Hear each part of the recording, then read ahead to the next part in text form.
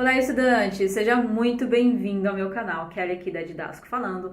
Essa é mais uma aula sobre matemática básica, isso aí. Sabe quando você está entendendo um conceito novo, você está lá em logaritmo, você está em função exponencial, um conceito diferente, parecia até difícil, mas você está curtindo, aí você trava.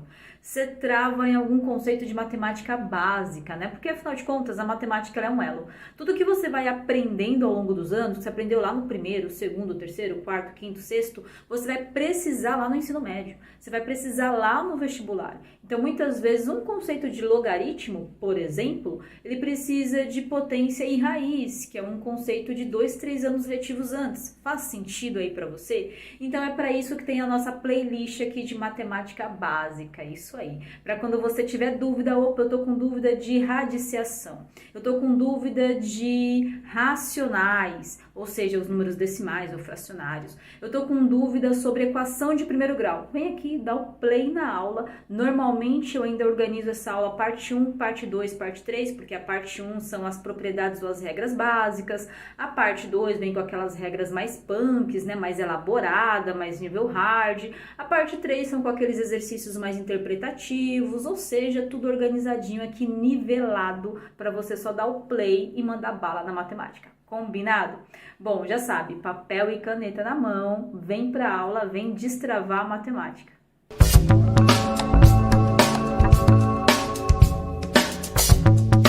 O conceito hoje é sobre juros simples, exatamente. Eu vou fazer isso daqui como aula, aula 1. E nós ainda teremos a aula 2 e a aula 3 de juros simples, tá? Então, entenda que aqui eu vou passar a fórmula e os exercícios mais básicos. Vamos dar o primeiro passo, vamos entender a primeira parte do conceito. Quando você estiver dominando isso daqui, aí você vai para a aula 2, porque lá eu já comecei a trabalhar com algumas questões mais diferenciadas envolvendo juros simples. Combinado? Bom, vamos primeiro, pessoal, ó, anotar a fórmula. Você percebe que eu já deixei ela pronta aqui, né? Ó, J é igual a C vezes I vezes T. E agora eu vou fazer uma legenda, afinal de contas, o que é J, o que é I, o que quer dizer essas letras? Então vem comigo, vá anotando aí, tá? J será os juros, ou seja, aquilo que você vai render, né? Com o valor. C seria o capital, anote aí. E está sendo esse índice ou essa taxa, tá bom? Índice ou taxa, eu vou deixar das duas formas aqui. E o T seria o tempo, ou seja, quanto tempo que você está falando desse dinheiro aí estar sofrendo a ação do juros, combinado? E lembrando, pessoal, que tem outra fórmula, ó, M é igual a C mais J, ou seja, M é o montante é total, tá?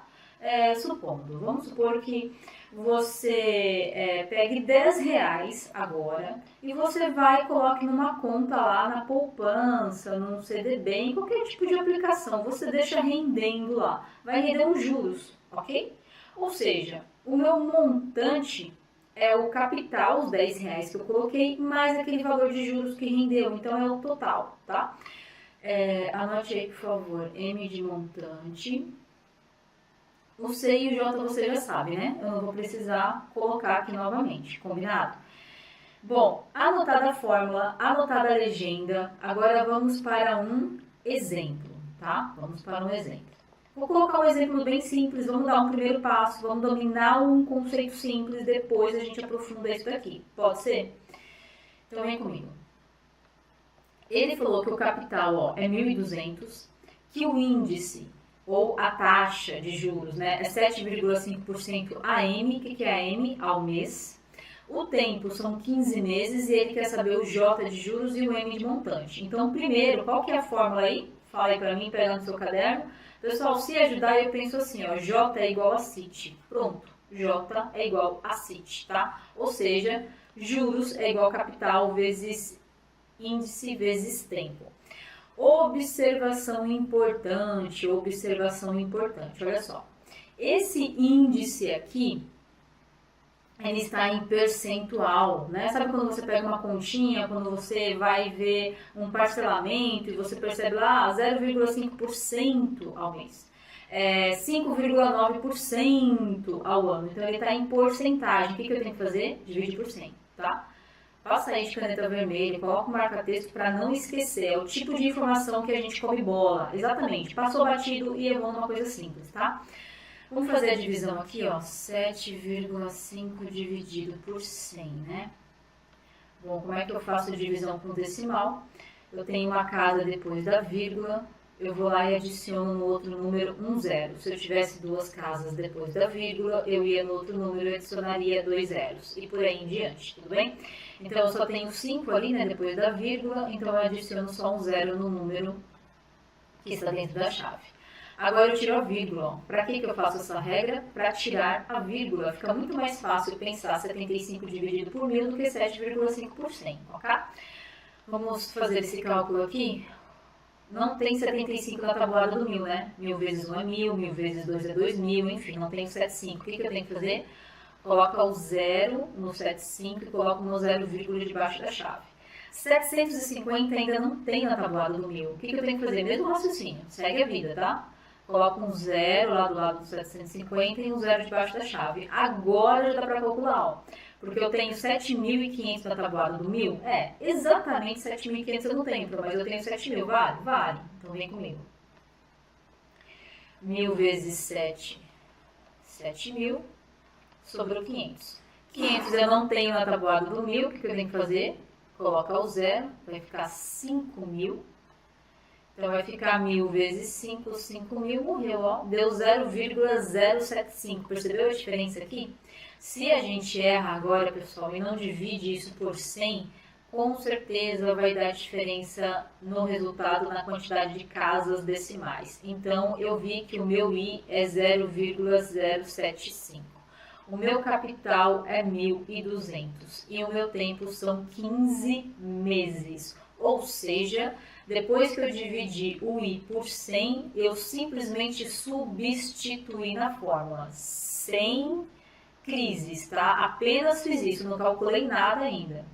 E agora, agora a gente vai calcular. Olha, é sempre que você tem número com vírgula, pessoal, eu sugiro você deixar essa conta por último, tá? É mais fácil pensar 1.200 vezes 15 do que 1.200 vezes 0,075, né? Então, primeiro faz aqui, ó. 1.200 vezes 15, porque lembrando, a ordem dos fatores não altera o produto. A ordem dos tratores não altera o viaduto, lembra disso? Ou seja, se eu fizer a ordem dos fatores, ó, 3 vezes 2 ou 2 vezes 3, ambos vão dar produto 6, entende? Então, tanto faz se eu vou fazer o primeiro vezes o último, o segundo vezes o primeiro, tanto faz, tá? Vai pensando aí, pensa que você está na prova e você precisa economizar tempo. Então, vai pensando qual que é o mais fácil, mais simples, mais rápido de você calcular. Vamos continuar aqui. 5 vezes 2, 10. 1 vai dar 6, 0, 0, 2, 1. Ok, aqui deu 18.000. Agora sim, eu vou fazer esse 18.000 vezes 0,075. 18.000 vezes 0,75. 5 vezes 0, 0, 0, 5 vezes 8. Vai dar 40, né? Que é 9. 7, 0, 0, 0. 7 vezes 8, 56. 7, 1, 12. E agora eu só vou somar aqui para descer a vírgula. Vem comigo, ó.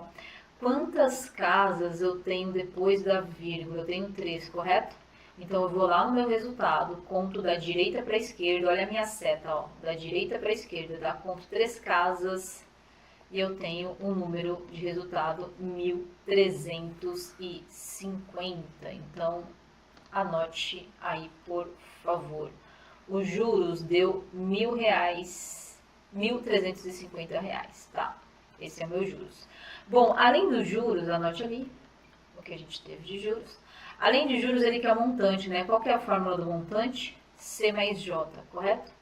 Então, de C eu tinha 1.200 e de J eu tenho 1.350. juntando os dois aqui, eu tenho 2.550. Ou seja, se você tiver R$ 1.200, você poupar lá durante 15 meses, deixar paradinho, e o índice ou a sua taxa for de 7,5% ao mês, no total, tanto os juros, aquilo que rendeu, quanto o capital, você vai ter 2.550, ok? Vamos para mais um outro, porque eu quero ver você saindo da minha aula dominando pelo menos a fórmula básica, um exercício simples, combinado? Essa primeira parte aqui você tem que sair dominando, seguro, sem problema nenhum com isso. Então vamos lá. Qual que é a fórmula? Fala aí para mim. J é igual a C vezes I vezes T. J é igual a CIT. J é igual a CIT. J é igual a CIT. Gravou? Morreu. Bom, aqui é diferente, olha, ele quer saber o C. Opa, ele deu J, então 750 é igual a C vezes I, né, que eu vou transformar isso daqui em decimal, né, tá por cento, lembra disso, vezes T, que é 8. Vem comigo, coloca aí de caneta vermelha para você não esquecer, o 0,5 eu tenho que dividir por 100, tá? Vamos fazer aqui no cantinho, 0,5 dividido por 100. Lembra que o primeiro passo é tirar essa casa que está depois da vírgula, então se eu tenho uma casa, eu vou colocar um zero. Lembra disso? Se eu tenho duas casas depois da vírgula, 2 zeros, e por aí em diante. Ou seja, agora eu tenho 5 dividido por 1.000. 5 não tem na tabuada do 1.000, né? O que eu tenho que fazer? Lembra lá? A gente vai aumentar esse número, coloca um zero nele, um zero debaixo da chave. Novamente, vou colocar um zero aqui, um zero debaixo da chave. 500 ainda não tem na tabuada do 1.000. O que eu tenho que fazer? De novo, zero e zero debaixo da chave. Agora sim, eu tenho 5.000 na tabuada do 1.000, correto? Então, 1.000 vezes 5, 5.000, morreu aqui. Ou seja, deu 0,005. Vou lá na fórmula, 0,005. Vou limpar a lousa aqui para ficar organizado pra gente. Aí deixa seu cálculo aí para você não esquecer como é que você chegou no resultado, tá? E agora, como é que eu faço com esse C? Porque mudou, né? Perceba outro exercício aqui, ó. Aqui estava fácil, era só ir fazendo a continha do lado direito, que o J já estava isolado. Como é que eu faço aqui? Pessoal, não tem crise. A gente vai isolar esse C do mesmo raciocínio. Como? Vem comigo. Copia o 750, copia o C, 0,005 vezes 8. Então, vamos fazer essa continha aqui. 5 vezes 8 vai dar 40, 4, 8 vezes 0, 8 vezes 0.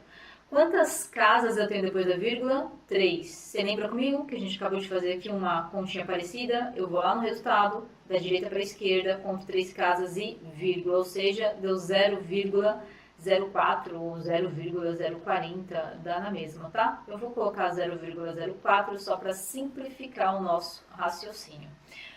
Bom, e agora, isso daqui, pessoal, é o conceito de equação de primeiro grau, tá? O que você vai fazer? Isola o C e o 0,04 você passa na operação inversa da multiplicação. Qual que é a operação inversa da multiplicação?